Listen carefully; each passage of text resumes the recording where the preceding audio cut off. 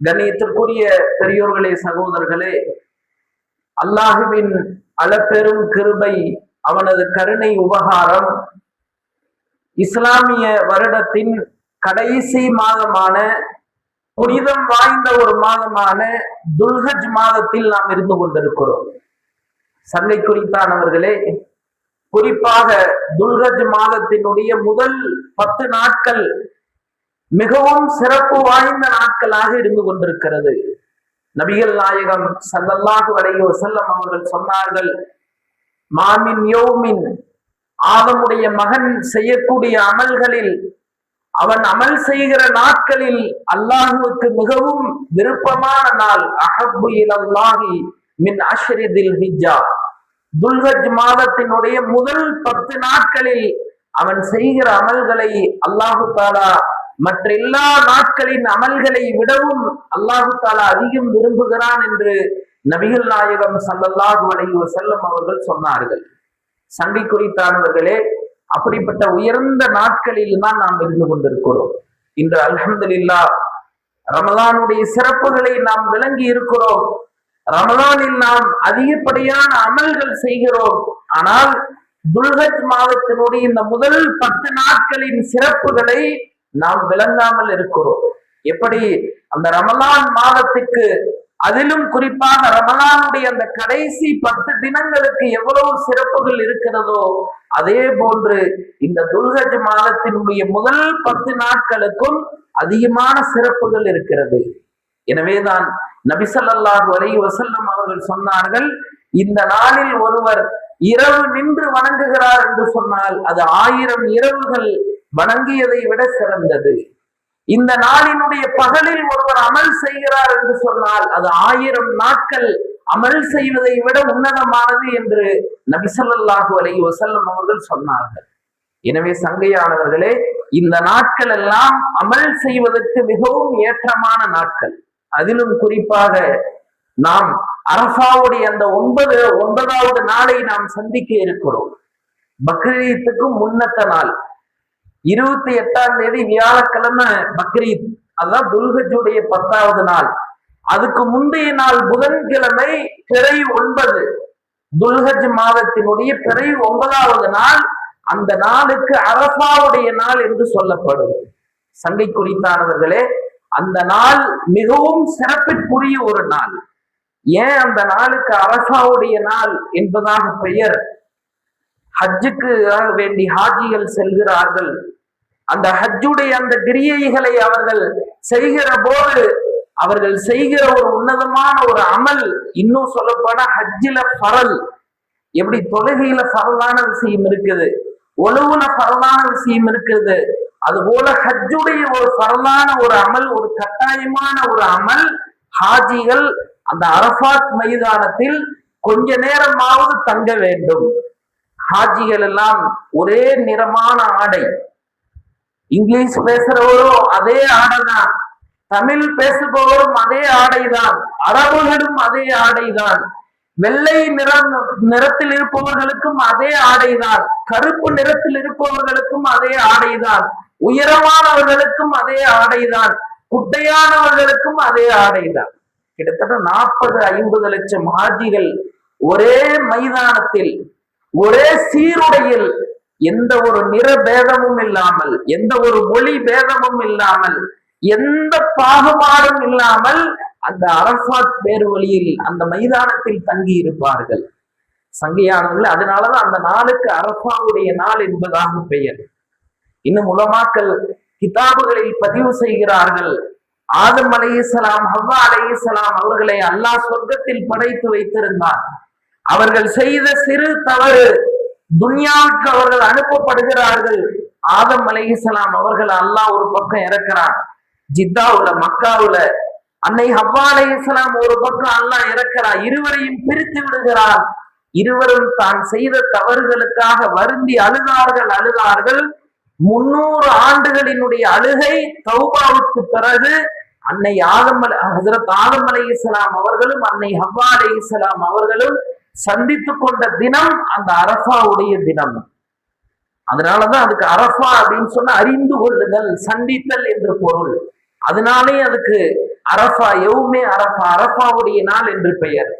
இன்னும் உலமாக்கள் கிதாபுல பதிவு செய்யறாங்க, ஹஜ்ரத் ஜிப்ரீல் அலைஹிஸ்ஸலாம் நபி ஸல்லல்லாஹு அலைஹி வஸல்லம் அவர்களுக்கு ஹஜ்ஜுடைய அந்த அமல்களை கிரியைகளை கற்றுக் கொடுத்த தினம் இந்த அரஃபாவுடைய தினம்.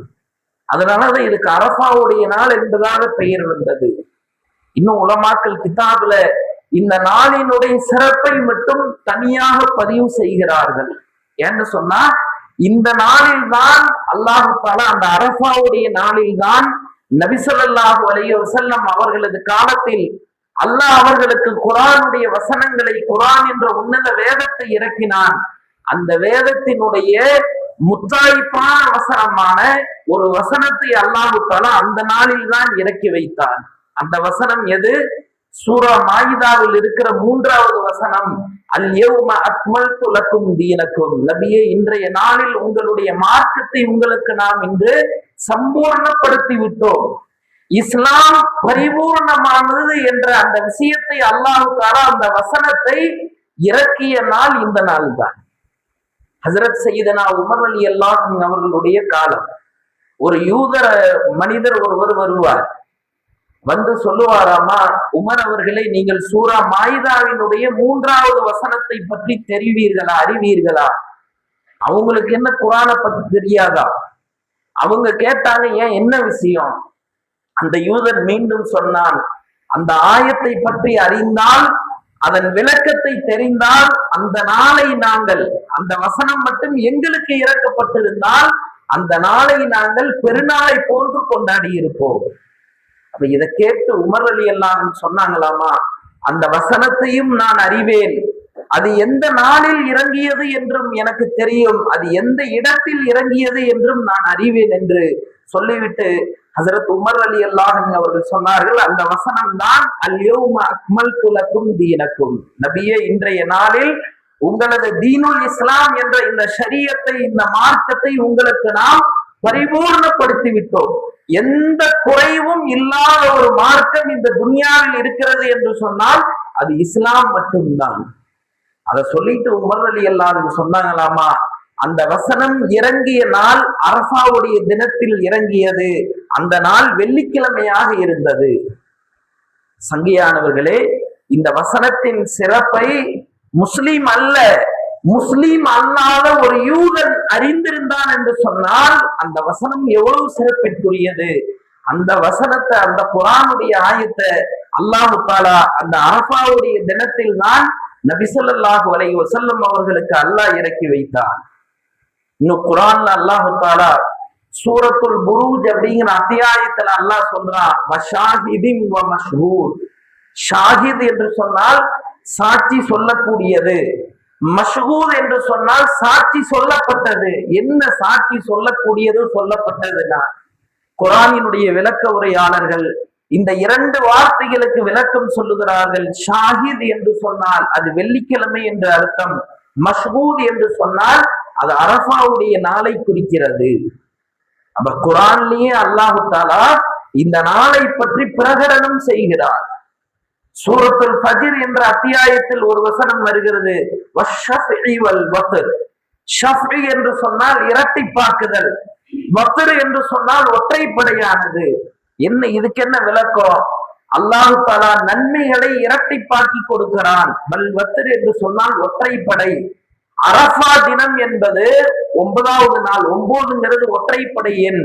எனவே இந்த வத்ர் என்ற இந்த வார்த்தைக்கு அரஃபாவுடைய தினம் என்பதுதான் பொருள் என்பதாக குர்ஆனினுடைய விளக்க உரையாளர்கள் எழுதுகிறார்கள்.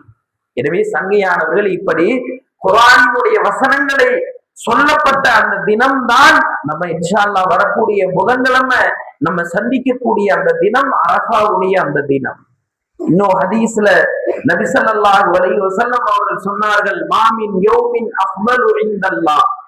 அல்லாஹ்விடத்தில் இந்த பூமியில் இருக்கிற நாட்களில் எல்லாம் மிகவும் சிறப்பு வாய்ந்த ஒரு நாள் மின் யௌமி அரஃபா. அரஃபாவுடைய நாளை விட சிறந்த ஒரு நாள் வேறு எதுவும் கிடையாது. அரஃபா நாள் அவ்வளவு சிறந்தது. எனவேதான் ஹதீஸில் நபி ஸல்லல்லாஹு அலைஹி வஸல்லம் அவர்கள் சொன்னார்கள், ஹைரு துஆஇ துஆஇ யௌமில் அரஃபா. நீங்கள் செய்யக்கூடிய துஆக்களில் அல்லாஹ்விடம் நீங்கள் துஆ செய்கிறீர்களே, அந்த துஆக்களில் எல்லாம் சிறந்த துஆ, உன்னதமான துஆ அரஃபாவுடைய நாளில் நீங்கள் கேட்கிற துஆ. அந்த நாள்ல ஒரு அடியான் எதை கேட்டாலும் ஹலாலான அனைத்து விஷயங்களையும் அல்லாஹ் தஆலா கபூல் செய்து விடுகிறான். அதனாலதான் ஹதீஸ்ல வருது, ஷைத்தான் தனது தலை மீது மண்ணை வாரிக்கொண்டு கதறி அழுத சில சந்தர்ப்பங்களை உலமாக்கல் கிதாபுகளில் பதிவு செய்கிறார்கள். புகாரி, முஸ்லிம் போன்ற ஹதீஸுடைய கிரந்தங்களில் இந்த ஹதீஸ் வருகிறது. ஷைத்தான் 4 சந்தர்ப்பங்களில் தனது தலை மீது மண்ணை அள்ளி போட்டு கதறி அழுதானா. அதுல முதல் சந்தர்ப்பம், அவன் வானலோகத்திலிருந்து பூமிக்கு எறியப்பட்ட போது அல்லாஹு தஆலா ஆதம் அலைஹிஸ்ஸலாமுக்கு சஜிதா செய்யன்னு சொன்னான். அவன் சஜிதா செய்ய மறுத்த போது அல்லாஹு தஆலா அவனை வானலோகத்திலிருந்து பூமிக்கு தூக்கி எறிந்தான். அப்ப ரொம்ப அழுதான் அம்மா. இரண்டாவது, அல்லாஹ் அவனை சபித்த போது, எப்ப ஆதம் அலைஹிஸ்ஸலாம் அவங்களுக்கு அவன் சஜிதா செய்ய மறுத்தானோ அல்லாஹ் சொன்னா, ஃபதகுன் மினஷ் ஷைத்தானிர் ரஜீம், எப்ப நீ என்னுடைய கட்டளையை செய்ய மாட்டேன் என்று மறுத்தாயோ, இனி நீ விரட்டப்பட்ட ஷைத்தான்களிலிருந்து ஆகிவிடு என்று அல்லாஹ் சபித்தான். அல்லாஹ் சபித்த அந்த சந்தர்ப்பத்தில் ஷைத்தான் கதறி அழுதானா. மூன்றாவது, நபி ஸல்லல்லாஹு அலைஹி வஸல்லம் அவர்கள் இந்த பூமியில் பிறந்த போது ஷைத்தான் அழுதான். முழு உலகத்துக்குமான நபி பிறந்து விட்டார்கள், எந்த அசத்தியத்தை நான் பூமியில் பரவ வேண்டும் என்பதற்காக முயற்சி செய்து கொண்டிருக்கிறவனோ அதை அழித்து சத்தியத்தை இந்த உலகத்தில் நிலைநாட்டக்கூடிய ஒரு நபி பிறந்து விட்டார் என்று நபி ஸல்லல்லாஹு அலைஹி வஸல்லம் அவர்கள் பிறந்த போது ஷைத்தான் அழுதான். நான்காவது, அரஃபாவுடைய நாளில் ஷைத்தான் அழுகிறான். என்ன காரணம் தெரியுமா? அந்த அரஃபா மைதானத்தில் ஹாஜிகள் எல்லாம் அந்த ஒரே நிற ஆடையில் அழுகையிலும் தொழுகையிலும் திக்ரிலும் துஆவிலும் அவர்கள் இருந்து கொண்டு துஆ கேட்கிற போது அல்லாஹ் வானத்திலிருந்து பூமிக்கு இறங்கி வருகிறான், வந்து சொல்லுகிறான், இன்றைய நாளில் என்னுடைய அடியார்களினுடைய அனைத்து பாவங்களையும் நான் மன்னிக்கிறேன். எந்த நாளிலும் அல்லாஹ் தஆலா இறக்காத ரஹ்மத்துகளை, தன்னுடைய கருணையை, அருளை இந்த நாளில் இறக்குகிறான். இதை பார்த்த ஷைத்தான் தாங்க முடியாமல் கதறி அழுகிறான். சங்கையானவர்கள், ஷைத்தானே அழுகிறான்னா அந்த தினம் எவ்வளவு சிறப்பிற்குரிய ஒரு நாளாக இருக்கும். அதனால யாரும் அந்த தினத்தை என்ன செஞ்சிடக்கூடா, வீணாக்கிடக்கூடாது. ஒரே ஒரு நாள் தான். அந்த நாளில் நாம் செய்கிற அமல்கள், நம்முடைய தொழுகை, நம்முடைய குர்ஆன் ஓதுதல், நம்முடைய திக்ருகள், நம்முடைய துஆ, குறிப்பாக எல்லாமே அன்றைய நாள் ஏற்றுக்கொள்ள தகுந்தது. அதே மாதிரி அன்னைக்கு நம்ம செய்ய வேண்டிய மிக முக்கியமான ஒரு அமல், அன்றைய நாள் நோன்பு நோட்பது சுன்னத்தாக இருந்து கொண்டிருக்கிறது. சுஇல ரசூலுல்லாஹி ஸல்லல்லாஹு அலைஹி வஸல்லம் அன் ஸௌமி யௌமி அரஃபா. நபி ஸல்லல்லாஹு அலைஹி வஸல்லம் அவர்களிடத்தில் அரஃபாவுடைய நாளில் நோன்பு வைப்பதை பற்றி கேட்கப்பட்டது. நபி அவர்கள் சொன்னார்கள், யுகஃபிரு ஸனத்துல்லதி கப்லஹா வ பஅதஹா. யார் அந்த அரஃபாவுடைய நாளில் நோன்பு வைப்பாரோ, முந்திய ஒரு வருடம் பிந்திய ஒரு வருடம், 2 வருடங்களினுடைய பாவங்களை அல்லாஹ் தஆலா அவருக்கு மன்னிக்கிறார். சங்கையானவர்களே, நோன்பு வைக்கிறது என்னவோ ஒரு நாள் தான், ஆனா அது கிடைக்கிற ஆஃபர் என்னன்னா 2 வருஷம் பாவத்தை அல்லாஹ் மன்னிக்கிறானா. எவ்வளவு சிறப்பு வாய்ந்த ஒரு நோன்பாக அது இருக்கும். அதனால வரக்கூடிய புதன்கிழமை எல்லாரும் நோன்பு வைக்கணும். மாணவர்களுக்கு ஸ்கூல் விடுமுறை, அதனால மாணவர்களும் வைக்க வேண்டும், ஆண்களும் நோன்பு வைக்க வேண்டும், பெண்களும் நோன்பு வைக்க வேண்டும். சஹருடைய முடிவு 4:16, இஃப்தாருடைய நேரம் 6:44. அதனால யாரும் அன்னைக்கு என்ன செஞ்சிடக்கூடாதுன்னா நோன்பு வைக்காம இருந்திடக்கூடாது. 2 வருஷம் பாவத்தை அல்லாஹ் மன்னிக்கிறான். நோன்புடைய நிலையில் நாம் எந்த துஆ செய்தாலும் அந்த துஆவை அல்லாஹ் தஆலா ஏற்றுக்கொள்கிறான். எவ்வளவு உன்னதமான ஒரு விஷயம். அந்த நாளில் அதிகமாக தக்பீர்களை கூற வேண்டும். நாளாங்களையும் அதிகமா ஓதணும். லா இலாஹ இல்லல்லாஹு வஹ்தஹு லா ஷரீக லஹு லஹுல் முல்கு வ லஹுல் ஹம்து யுஹ்யி வ யுமீது பியதிஹில் கைர் வ ஹுவ அலா குல்லி ஷைஇன் கதீர். தக்பீர் அதிகமா சொல்லணும். அதனாலதான் அந்த ஐயாமு தஷ்ரீக், தக்பீர் சொல்ல வேண்டிய நாட்கள் அன்னையிலிருந்து தான் ஆரம்பமாகுது. புதன்கிழமை காலையில ஃபஜ்ருடைய தொழுகையிலிருந்து தான் அந்த தக்பீர் சொல்ல வேண்டிய அந்த நாளும் ஆரம்பமாகிறது. அதனால சங்கை குறித்தானவர்கள் அந்த புதன்கிழமை 9வது பிறை அரஃபாவுடைய நாள் என்பது வீணாக கழிக்க வேண்டிய ஒரு நாள் அல்ல, அமல்களில் கழிக்க வேண்டிய ஒரு நாள். அமல் செஞ்சு எத்தனையோ நம்முடைய முன்னோர்கள் மரணித்து விட்டார்கள். ஒவ்வொருவருடைய வாழ்க்கையிலும் ஆயிரக்கணக்கான பிரச்சனைகள் இருந்து கொண்டிருக்கிறது. இன்னும் அதையும் தாண்டி சமூகம் சார்ந்த எத்தனை பிரச்சனைகள், எல்லாத்தையும் அன்னைக்கு நம்ம துவா செஞ்சு அல்லாஹ்ட்ட கேட்போம். அல்லாஹு தஆலா ஒவ்வொரு பிரச்சனைகளுக்கும் அதற்குண்டான இலகுவை, அதிலிருந்து வெளியாகக்கூடிய வழிகளை அல்லாஹு தஆலா கண்டிப்பாக ஏற்படுத்தி வைப்பார். என்னைக்கு நம்ம எங்கெங்கேயோ நம்முடைய பிரச்சனைகளுக்கெல்லாம் எங்கெங்கேயோ முயற்சி செய்யறோம், எங்கெங்கேயோ மோதி பார்க்கிறோம், இன்னும் ஒரு தடவை கூட அல்லாஹ்விடத்தில் கண்ணீர் துளிகளோடு அழுகையோடு நாம் இதுவரை மன்றாடியது கிடையாது, துவா கேட்டது கிடையாது. ஒரு தடவை கேட்டா பத்தாது, மீண்டும் மீண்டும் கேட்டுக்கொண்டே இருக்க வேண்டும். எத்தனை தடவை கேட்டா அல்லாஹ் கபூல் செய்வானா அத்தனை தடவை கேட்கணுமாமா. சங்கையானவர்களே, உலகத்தில் இருக்கிற மனிதர்கள் தான் ஒரு தடவை கேட்டா சரி, 2வது தடவை கேட்டா சரி, 3வது தடவை கேட்டா முகத்தை சுழிச்சிருவாங்க, சும்மா கேட்கிறாரு. உலகத்தில் ஒரே ஒருவன் தான் இருக்கிறான், அவன் மட்டும் தான் கேட்கவில்லை என்றால் கோபித்துக் கொள்ளுவான். என்கிட்ட கேளுங்கன்னு அல்லாஹ் சொல்லலாம். ஆனால் யார் என்கிட்ட கேளுங்கன்னு சொல்றானோ அவனிடத்தில் நாம் இன்று கேட்க தயாராவதில்லை. எங்க கேட்க கூடாதோ அங்க போய் கேட்டு இருக்கிறோம். எனவே சங்கியானவர்களே, அந்த 9வது நாள் அமலுக்குரிய நாள், வரக்கூடிய அந்த புதன்கிழமை எல்லாருமே நோன்பு வைக்க முயற்சி செய்யறது, அமல்களில் நேரத்தை கழிப்பது, துஆவில் நேரத்தை கழிக்க வேண்டும்.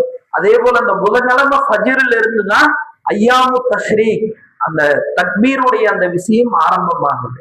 அதனால ஆண்களும் தக்பீர் சொல்ல வேண்டும், பெண்களும் தக்பீர் சொல்ல வேண்டும். ஒவ்வொரு பரலான தொழுகைக்கு பிறகும் கட்டாயம் தக்பீர் சொல்றது வாஜிப்.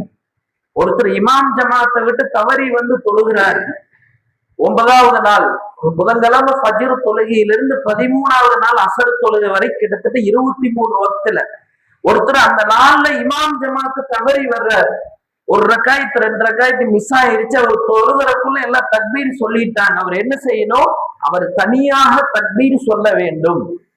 எப்படி ஒரு நேர தொழுகையை விட்டுட்டா கலா செய்யணுமோ, உலமாக்கள் கிதாபுகளில் எழுதுகிறார்கள், அந்த நேரத்துல ஒருத்தர் ஒரு நேர தொழுகையை கலா ஆயிருச்சு, கலாவை தொழுகிறாரு, அவர் அந்த தக்பீரையும் கலா செய்ய வேண்டும். அவ்வளவு கட்டாயம் சொல்ல வேண்டிய ஒரு தக்பீர் தான் அந்த ஐயாமு தஷ்ரீக்குடைய அந்த தக்பீர்.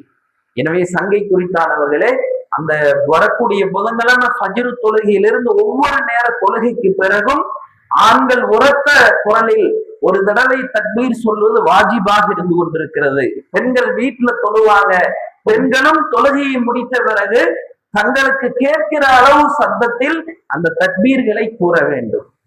இதெல்லாம் இந்த நாட்களில் நாம் செய்ய வேண்டிய அமல்களாக இருந்து கொண்டிருக்கிறது. அதே போல அடுத்த வியாழக்கிழமை ஈதுல் அல்ஹாவுடைய அந்த தினமாக இருந்து கொண்டிருக்கிறது. அந்த நாள்ல நம்ம செய்யக்கூடிய மிக முக்கியமான ஒரு அமல் தான் அந்த பெருநாளுடைய அந்த தொழுகை. அந்த நாளில் அல்லாஹுவை மகிழ்ச்சி படுத்தும் விதமாக நாம் செய்யக்கூடிய ஒரு அமல் தான் அந்த பெருநாளுடைய தொழுகை. இன்ஷா அல்லாஹ் அந்த தொழுகை குர்பானியுடைய அந்த விஷயங்கள் எல்லாம் இருக்கிறதுனால ஏழைகாலுக்கு காலையில 7:15 மணிக்கு பெருநாள் தொழுகையினுடைய தக்பீர் ஆரம்பம் செய்யப்படும். அதை தொடர்ந்து 7:30 மணிக்கு இன்ஷா அல்லாஹ் பெருநாளுடைய தொழுகை நடைபெறும். அதனால மத்த நாளை போல இல்லாம கொஞ்சம் சீக்கிரமா எல்லாரும் வர்றதுக்கு முயற்சி செய்யறது. நபி ஸல்லல்லாஹு அலைஹி வஸல்லம் அவங்க சொன்னாங்க, இந்த ரமலான்ல நம்ம ஈதுல் ஃபித்ருடைய அந்த பெருநாள் தொழுகையை தொழுகிறோமே, அதை என்ன செய்யணும்? சாப்பிட்டு வந்து தொழுகிறது. இந்த ஈதுல் அல்ஹா பக்ரீத்ல நம்ம பெருநாள் தொழுகிறோமே, இந்த தொழுகையை பற்றி சொன்னாங்க, நீங்க என்ன செய்யுங்க? பசியோடு வாருங்கள், தொழுது விட்டு போய் சாப்பிடுங்க. இன்னும் ஹதீஸ்ல வருது, தொழுதுட்டு போறாரு, குர்பானியுடைய அந்த பிராணியை அறுக்கிறாரு, அதுல இருந்து முதல் உணவாக சாப்பிடுவது சிறந்தது. அதனால நம்ம அன்றைய நாள் என்ன செய்யறது? இன்ஷா அல்லாஹ் 7:15 தக்பீர், 7:30 மணிக்கு தொழுகை. அதனால முன்னாடியே நம்ம என்ன செய்யறது? அன்றைய நாளினுடைய சுன்னத்துகள், குளிக்கிறது, நல்ல ஆடைகள் அணியறது, நறுமணம் பூசுறது, தக்பீர் சொல்லிக்கிட்டே வர்றது, நடந்து வர்றது, ஒரு வழியா வர்றது, இன்னொரு வழியா போறது, அந்த சுன்னத்துகளை எல்லாம் பேணி கொண்டு சொல்ற அந்த நேரம், குறிப்பிட்ட அந்த நேரத்துக்கு முன்பாகவே நாம் வருவதற்கு முயற்சி செய்யறோம். ஆக வல்ல அல்லாஹ் சுப்ஹானஹு வ தஆலா இந்த நாட்களில் அதிகமாக நிறைய அமல்கள் செய்யக்கூடிய நல்ல நசீபை அல்லாஹ் தஆலா நம் அனைவருக்கும் தந்தருள்வானாக. நாம் செய்யக்கூடிய எல்லா அமல்களையும்